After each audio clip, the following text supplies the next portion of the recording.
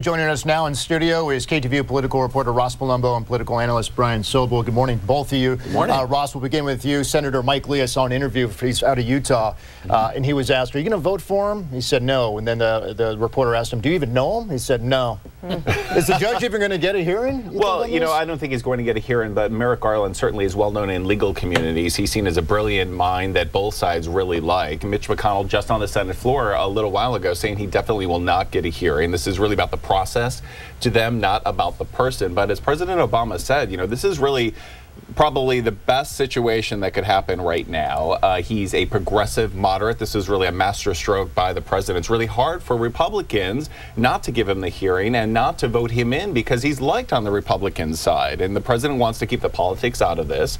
And he's actually throwing them a bone in many ways. You know, he's 63 years old, so he won't be on the court that long. Do Republicans really want to risk Hillary Clinton perhaps winning the White House and then putting in someone who's in their late 40s or early 50s who is far more liberal and who will be on that court for far longer? So do you see this, Brian, as the president sort of essentially daring Republicans to reject a man who Republican Senator Orrin Hatch just last week named as a good replacement for Scalia? Well, the president talked about not injecting politics into this, but it was a political pick. He made a conscious choice, as Ross says, 63 years old in the modern era, one of the oldest candidates to be put forth, nominees. And so you've got a situation where he's saying to the Republicans, go ahead, say no.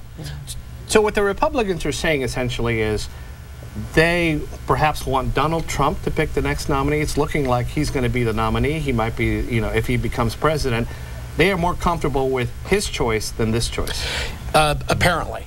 You know, at the end of the day, they have said for quite some time they are not going to interview anybody. This is an off-the-table kind of discussion here. There's all this talk about the process, but there's 10 months left in this administration. Well, 10 months. I mean, clearly during the entire Obama presidency, Republicans have obstructed, and it's simply not going to end here. The president today, again, saying that he still has 10 months to go, and this is his duty. He's done his duty. Now he's asking the Senate to do theirs. And keep in mind, even if he does not get the nomination, this could actually have big consequences for all the Senate races. For re-election in November. Yes, exactly, and that's really part of the political calculation. Well, and there's one other point I'll make is it is also true that Mitch McConnell, and Chuck Grassley, who runs Judiciary, both voted against this guy in 1997. So they have a record of saying no to Garland. Brian, Donald Trump, I mean, more than 1 million people voted for him in Florida. Yes. He won that state resoundingly. Win. How can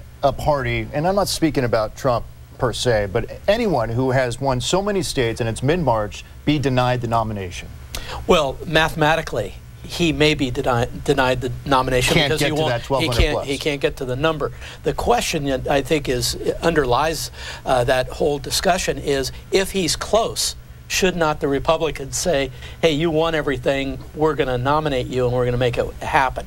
But because the Republican Party is so divided, it opens up the question of whether they try to move around him in what is known as a brokered or open convention. Speaking of debates and not enough questions, the man who's been, you know, if you will, hogging much of the debate stage, time and sound, Donald Trump now saying just this morning he's not going to participate in not only is he not, he didn't even know there was another debate scheduled. So let me ask you both real quick, and I'll start with you now, Brian. Smart for Donald Trump to say, forget this next debate, I think there have been enough, or does he still need to stay in it? It'll be interesting to see whether he decides at the last minute to do the debate. You know, he had the debate that he missed, and it really upset a lot of people.